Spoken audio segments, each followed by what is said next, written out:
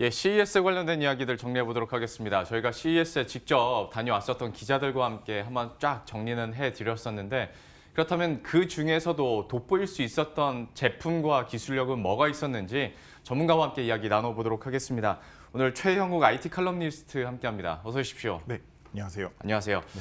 CES가 이제 막을 내렸기 때문에 네. 총평부터 한번 부탁을 드릴게요. 일단 이번 CES 같은 경우는 그 업종과 업계가 그 경계가 허물어지고 있다라는 부분이 가장 중요한 포인트인 것 같고요. 예. 뭐 예를 든다라고 하면 이미 아시겠지만 그 전자회사가 컨셉 전기차를 선보인다던가 아니면 자동차 회사가 플라잉카 네. 아니면 스마트 시티를 선보인다던가 그 기존에 갖고 있었던 산업이 뭐 새로운 산업으로 이동이 되면서 업종 간의 경계가 무너졌다 이렇게 보시면 될 것 같습니다. 예. 그래서 이제는 더 이상 CES를 가전전 시회라고 부르기도 좀 민망한 네, 상황이 종합 됐습니다. 가전 전시회라고 보시는 게 종합전 그 IT 전시회라고 이제 보시는 게 좀 더 그렇습니다. 맞을 것 IT 전시회라고 네네. 얘기를 많이 하고 진짜 입구에서부터 뭐 자동차나 플라잉카가 있다 보니까 예. 예, 더 많은 기술들과 우리로서는 더 많은 볼거리가 생기게 된 건데요. 그렇다면 최형욱 칼럼니스트께서 뽑은 베스트 5 기술력이나 또 제품은 어떤 것들이 있는지 화면 통해서 직접 확인을 해보도록 하겠습니다. 5위부터 한번 확인을 해보도록 할게요. 퀵인데 네.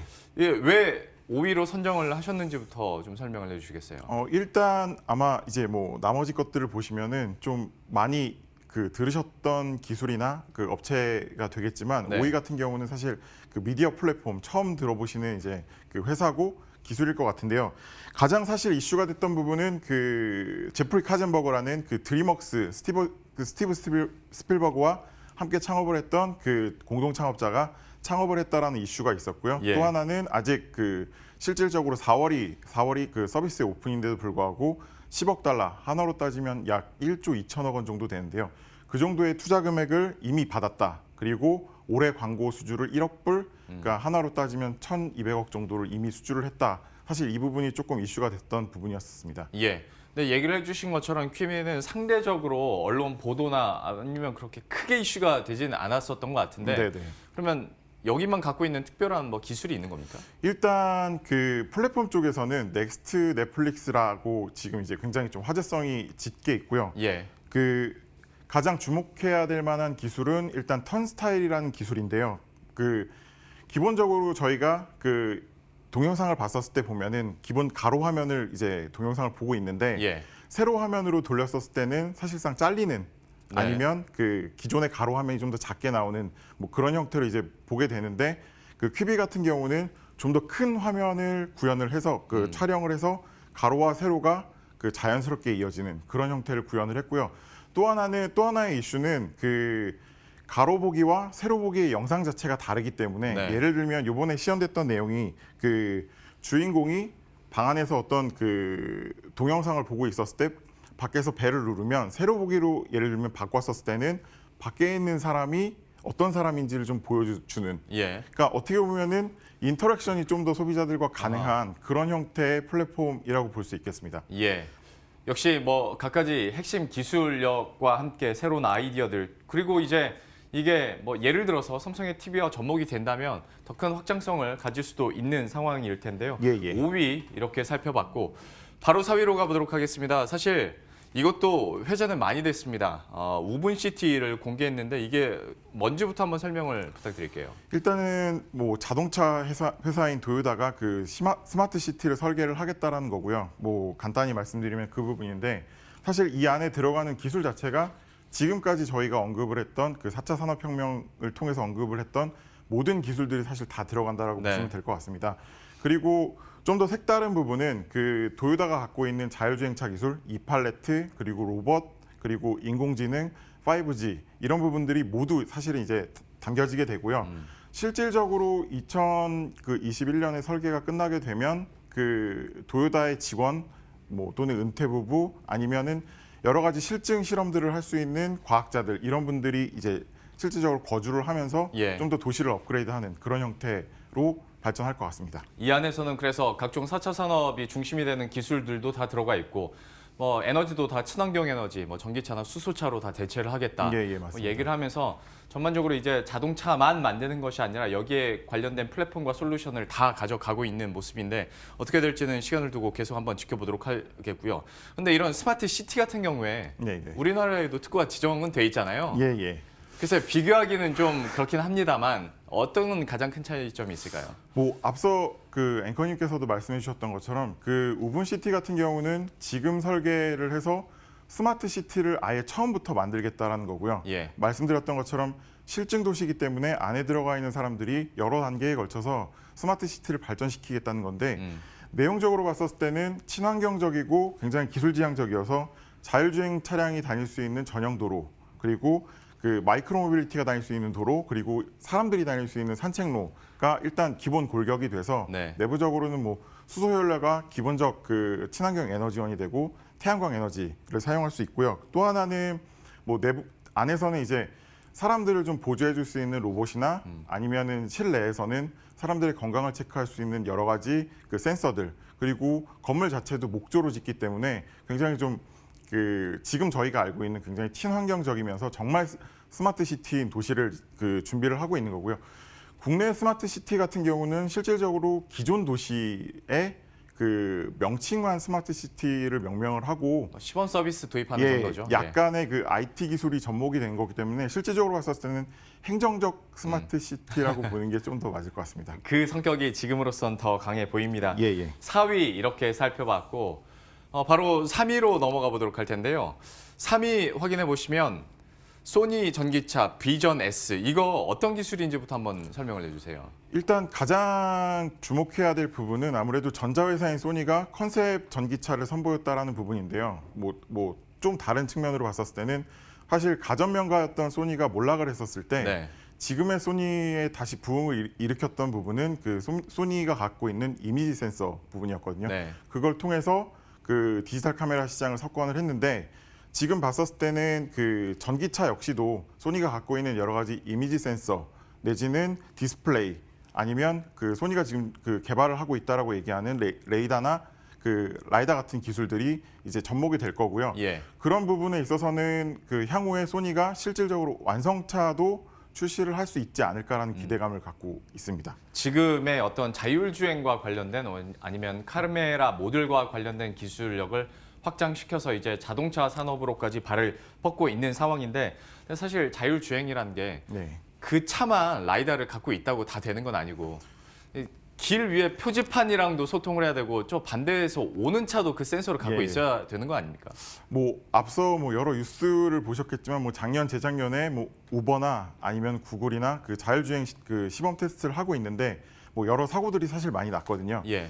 그런 부분에서 봤었을 때는 뭐 현재 기술 그 카메라 이미지 센서 기술이나 아니면 그 레이다, 라이다 이런 부분들이 적절하게 지금 조합이 돼서 뭐 그 기술만 갖고 자율주행이 된다라고 하기에는 좀 어려운 그 단계고요. 예. 실질적으로 자율주행이 가능하려면 그 도로에 있는 여러 가지 인프라들 그런 부분들이 좀 더 그 연결이 된 CV2X, 그러니까 Connecting Vehicle to X 그런 그 부분이 5G하고 사실 연동이 돼야 예. 실질적인 자율주행이 이루어지지 않겠나 그렇게 예상을 하고 있습니다. 뭐 나중에 어떻게 협업을 할지는 모르겠습니다만은 그냥 우리가 오늘 다뤘던 이 내용만 보자면 3위하고 4위가 이렇게 같이 협업만 하면 큰 그림은 나올 것 같습니다. 네, 뭐 도요타 우분시티 같은 경우도 5G가 기본적으로 이제 들어가는 부분이 그렇죠. 있기 때문에 예. 충분히 가능성이 있다고 생각됩니다. 한번 기대를 해보도록 하겠습니다. 이렇게 3위까지 살펴봤고요. 2위 보도록 하겠습니다. 2위는 어떤 걸로 선정을 하셨을지. 2위는 그래도 국산 네. 현대차 이것도 참 얘기가 많이 돼 있습니다. 개인 비행체 그리고 여기에 솔루션까지 지금 계속 발표를 하고 있는 상황인데 구체적으로 좀 어떤 건지부터 한번 설명을 부탁드릴게요. 뭐 이미 내용은 많이 전달이 돼 있기 때문에 뭐 간단히 일단 설명을 드리면 현대차에서 자동차가 아닌 개인용 그 수송 항공기를 만들겠다라는 부분이고요. 예. 일단은 그 컨셉으로 나온 프로토타입을 보면 그 회전익과 고정익이 그 같이 달려 있는 그런 형태의 그 비행체라고 보실 수 있겠습니다. 예. 뭐 쉽게 말씀드리면 그 헬리콥터하고 프로펠러가 달려 있는 비행기가 그 같이 결합이 돼 있어서 도심 내에서 그 수직 이착륙이 가능하고 그 허브 간 이동이 가능하게끔 설계가 된 비행체라고 볼 수 있겠습니다. 그러니까 우리가 뭐 하늘을 나는 자동차라고도 하고 비행체라고도 하다 보니까 뭐 활주로라도 있어야 돼라고 생각하시는 분들도 있는데 오히려 그것보다는 수직 이착륙이 가능하다는 점은 우리 상식적으로 좀 큰 드론 같다라고 생각할 수도 있을 것 같은데. 네. 기존에 사실은 뭐 개인용 드론은 뭐 몇 년 전부터 지속적으로 이슈가 됐기 때문에 예. 지금도 다양한 회사들 내에서 그 드론은 개발이 되고 있고요. 해당 드론 같은 경우는 그 현대차하고 좀 그러니까 그 차이점을 보자면 네. 아무래도 드론 같은 경우는 고정된 제자리 선행 비행이나 그 자리 바꿈 같은 경우는 굉장히 좀 그 쉽게 할 수 있는 형태이긴 하지만 예. 그 기본적으로 바람의 영향, 그 비행을 할 때 바람의 영향을 굉장히 많이 받기 그렇죠. 때문에 비행 네. 안정성 부분에서는 아무래도 현대차가 이번에 그 공개한 PAV가 좀 더 우위에 있지 않을까 생각을 하고 있습니다. 예. 근데 이제 이게 발표되고 나서 많은 분들이 야, 진짜 저거 먼 얘기다. 예. 뭐 2050년, 2100년 SF 영화에서나 나올 법한 거 아니냐라고 했는데 생각보다 현대차 측에서 발표한 상용화 시점이 빠르더라고요. 2028년 지금 얘기를 하고 있는데 예. 그 실질적으로 내용을 보면 그 우버하고의 협업이 굉장히 중요한 부분이었고요. 네. 그 단순히 서비스 형태의 협업뿐만이 아니라 우버 같은 경우는 이미 몇 년 전부터 나사에서 그 단거리 비행체를 연구를 하던 연구팀을 그 흡수를 해서 그 지금 현대에서 공개했던 프로토타입과 유사한 형태의 컨셉 비행체를 이미 그 여러 번 공개를 한 적이 있었거든요. 예. 그 내용을 보면은 아무래도 그런 여러 가지 연구 결과들을 우버에서 이제 현대와 협업을 하는 게 아닌가. 그리고 현대의 입장에서는 우버가 갖지 않고 있는 여러 가지 제조 생산 기술 그리고 상용화 기술 이런 부분들을 협업하지 않겠냐라고 그 지금 예상을 하고 있습니다. 예. 참 상용화 시점이 2028년이라는 점도 눈여겨볼 만하고 그리고 우버와의 협업을 통해서 조금 더 빠르게 속력을 낼 수 있지 않을까 또 기대를 해보도록 하겠습니다. 2위까지 살펴봤고 마지막으로 대망의 1위 보도록 하겠습니다. 어떤 걸 꼽아 주셨을지. 삼성전자의 케어로봇 볼리입니다. 이것도 저희가 지난번에 기자들과 얘기했을 때 역시 되게 인기 많았었다라고 현장에서 들었긴 했는데 어떤 로봇인지부터 한번 설명을 듣고 이야기 풀어나가 볼까요? 일단 그 굉장히 간단한 형태고요. 구 형태의 그 뭐 스타워즈를 보셨으면 네. 아시겠지만 그 BB-8이라는 예, 땡굴땡굴 그렇죠. 굴러가는 형태의 그 그런 모양의 이제 로봇인데 제가 1위로 사실 선정을 한 이유는 그 앞서 말씀드렸던 여러 가지 그 기술들 아니면 제품들 대비해서 굉장히 상용화가 좀 더 빠를 것 같다. 그리고 좀 더 그 사용자 친화적인 그 컨셉이다라고 해가지고 1위를 뽑았고요. 예. 뭐 들어가 있는 기술을 보면 사실 굉장히 복잡한 기술이 들어가 있는 건 아니고 그 전면에 달려 있는 카메라가 사람이나 사물을 인식하는 비전 컴퓨팅 기술 그리고 여러 가지 그 사물이나 사람을 인식한 정보들을 내부적으로 그 처리를 할 수 있는 온 디바이스 인공지능 기술이 이제 탑재가 된 그런 로봇인데요.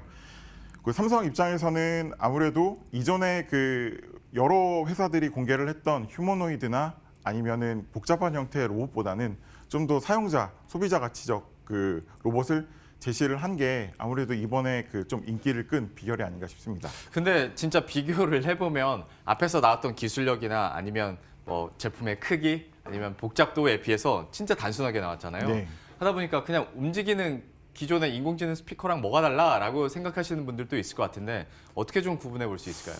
인공지능 스피커 같은 경우는 기존의 그 각 방방 내지는 어떤 한 군데에서 음성 인식을 해서 그 동작을 하는 굉장히 단순한 기능을 보여줬는데요. 볼리 예. 같은 경우는 실질적으로 집안 내를 이제 자유롭게 이동을 하면서 여러 가지 상황을 인식을 하고 그 상황에 대처할 수 있는 그 실행을 직접적으로 뭐 진행을 하는데요. 뭐 예를 들면 그 뭐 동영상 그 삼성에서 공개한 동영상에도 나왔지만 뭐 애완동물이 그 음식을 쏟았었을 때 예. 청소기를 그 연동을 시켜서 집안을 청소를 시킨다던가 하는 여러 가지 사실은 그 행위를 좀 더 그 제공을 할 수 있는 그런 로봇이라고 볼 수 있겠습니다. 좀 더 능동적으로 예. 먼저 일을 찾고 그야말로 그러니까 로봇 집사 역할을 해줄 수 있는 부분일 수 있겠네요. 네네.